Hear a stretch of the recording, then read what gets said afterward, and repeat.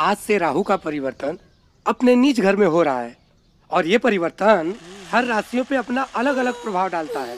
जैसा कि आप लोग जानते ही हैं, राहु एक साया ग्रह है।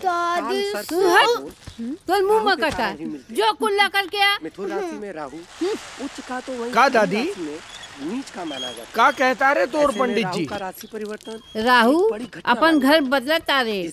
ए बाबू देखो कहाँ कहाँ बवाल करावेले। आइए अब हम आपको बताते हैं अगली राशि कुंभ राशि और इस राशि पे राहु के परिवर्तन का क्या प्रभाव पड़ने वाला है और क्या उपाय है जिसे करके दादी ये तो साजन की राशि है ना? बचा जा सकता। कुंभ राशि में राहु का ये जो परिवर्तित स्थान है ये पत्नी भाव में हो रहा है, जो कि काफी उथल पुथल मचाने वाला है।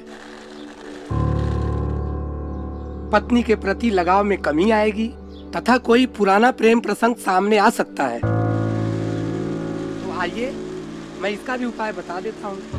माथे पर लाल तिलक लगाएं, काले रंग से परहेज करें और मांसाहार का त्याग करें। अब हमें आज्ञा दीजिए, कल मिलते हैं सुबह।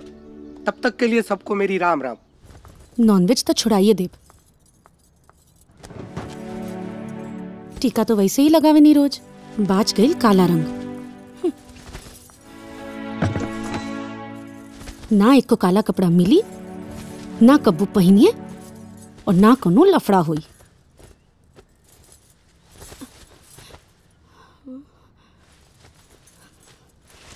पंडित जी के बतावल कुल उपाय हो गई। जानू जी जल्दी कपड़ा दा, लेट होता। अरे यहाँ बा ना। अरे बा पहले ही से रेडी बा। का बाकी लेट हो जाई ना, जाना था। ओ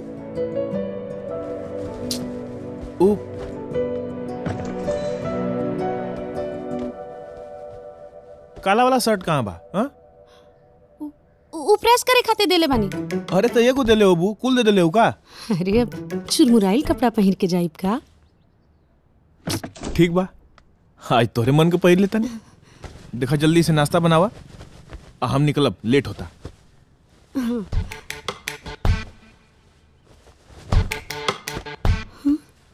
काला चट्टी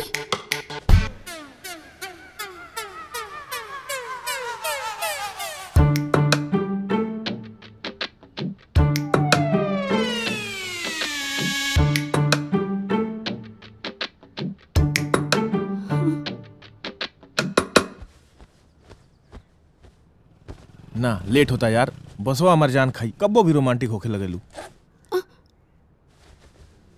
जल्दी नाश्ता बना के लिया वा। जी।